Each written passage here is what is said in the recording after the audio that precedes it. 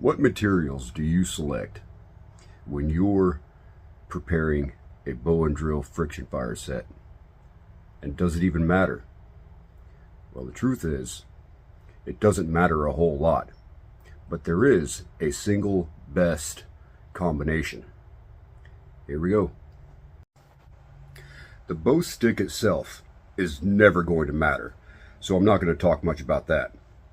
As long as it doesn't flex when you use it or break, and you've gotten it right around the length of your outstretched arm, you can use any material. The bearing block seems pretty easy. All the experts are going to tell you to use a piece of fat wood because the sap will melt and help to lubricate the top of that spindle a little bit. And that's what you want. You want to get as close to zero friction as possible at the very top of your spindle. So fat wood is fine. It's just, I'm about to ruffle some feathers here, it's just not the best option, or the second best, or the third best. In truth, fat wood as a bearing block sucks. The inescapable truth is that fat wood can and will produce friction at the top of your spindle, and that's no good. All fat wood comes from a softwood species, something like pine or fir or spruce. If you've ever used fat wood as a bearing block, you'll know that the top of that spindle is going to drill into that fat wood until it reaches a point where it shoulders out and the top of your spindle starts looking very much like the bottom of your spindle, all rounded out and everything. And then you've got to carve away the top of that spindle, reshape it into a point. Essentially, you're burning the candle at both ends and you're wearing out your spindle even faster, twice the rate. In my opinion, the spindle is the most time-consuming component of the fire set, and I don't want to have to spend a whole bunch of time carving more spindles because I'm chopping away the top of it every time I make a new fire. Whatever you use for a bearing block should be much harder than the spindle itself. Ideally, it'll be smooth as well, but at the very least, it needs to be much harder than the spindle. So if a piece of sappy softwood is not the best option, what other options do we have? Let's look at a couple right now. The two best materials that I have found for a bearing block are micarta and steel. Many outdoor knives, such as the Skull Crusher Extreme Blade by Tops, features this divot right there in the micarta handle, and that is specifically meant to be used as a bearing divot for the top of your drill.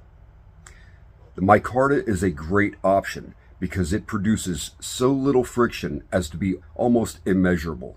The other great material for a bearing block is steel. Now, I have seen these little gadgets available for sale online. It's essentially a piece of high carbon steel flint striker with a bearing divot right in the center, you can see right there. But this is really just another piece of kit that I don't want to have to carry. A high carbon steel blade with a bearing divot in the handle or forged into the steel itself is going to do everything this little thing can do and more as a cutting tool. So here's my belt knife. If you've seen any of my other bow and drill friction fire videos, you've probably seen this knife, and it does not have the bearing divot here in the handle, but what it does have is a cat right in the way. Right there, there's Missy. She's a pain in the butt.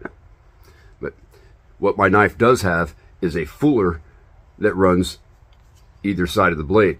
And what I will do is I'll take the top of my spindle and I'll put it right into the end of that fuller, and I'll use that as my bearing block. Okay, what I'm showing you here is just a couple, 3 or 4 embers that I'm going to twist using the steel knife blade as my bearing block. And what I really want you to look at is this heat effect on top of that spindle. There's no wear on that spindle, no heat effect. You can see it wasn't charred or anything.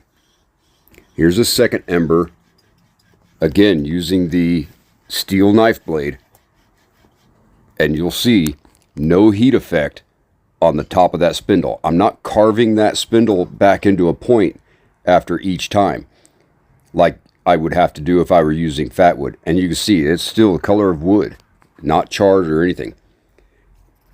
In this ember, I'm using the bearing divot in the micarta handle, and you can see a little bit more heat effect there.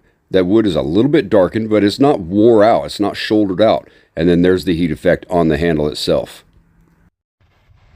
By far, using a steel knife blade or a bearing divot in your micarta handle is way better than using fat wood.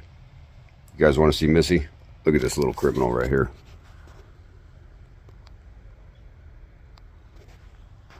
Just all up in my business all the time. Let me say one more thing about these bearing blocks before I move on. I've heard a lot of people suggest that you lubricate the top of your spindle with oils from your skin, or maybe you pack leafy green vegetation or a bug into that bearing divot to lubricate the top of that spindle. And every time I hear that, I just chuckle because it's so bushcraft gimmicky. It's almost like a desperate attempt to create content. Listen, the top of your spindle is going to poke right through whatever you pack into that bearing divot, and you're not really going to lubricate anything. There's not a lot of surface area right there to lubricate. If you just cannot resist the temptation to stab a bug in the guts, I get it, but I say put that punk on a fish hook, because he'll serve a lot better purpose that way.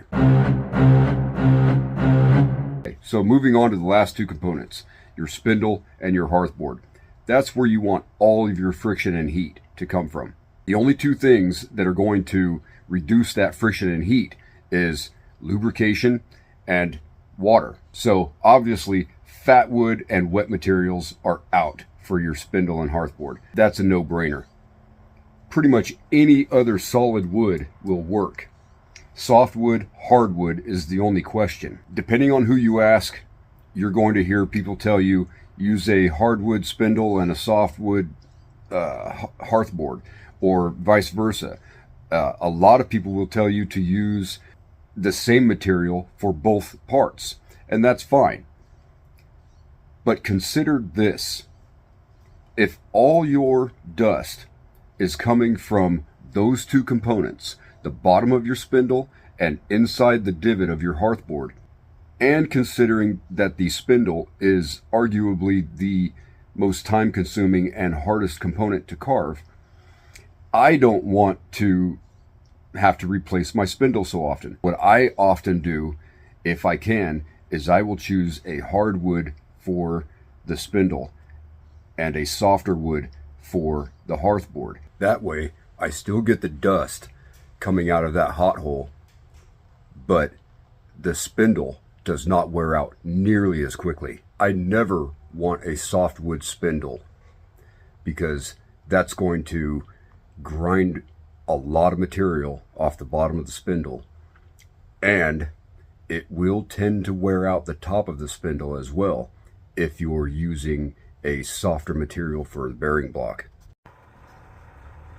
In my experience, the absolute best combination is a hard spindle drilling down into a soft hot hole. I don't know how you guys are going to remember that, but you'll think of something. I hope this helps, guys.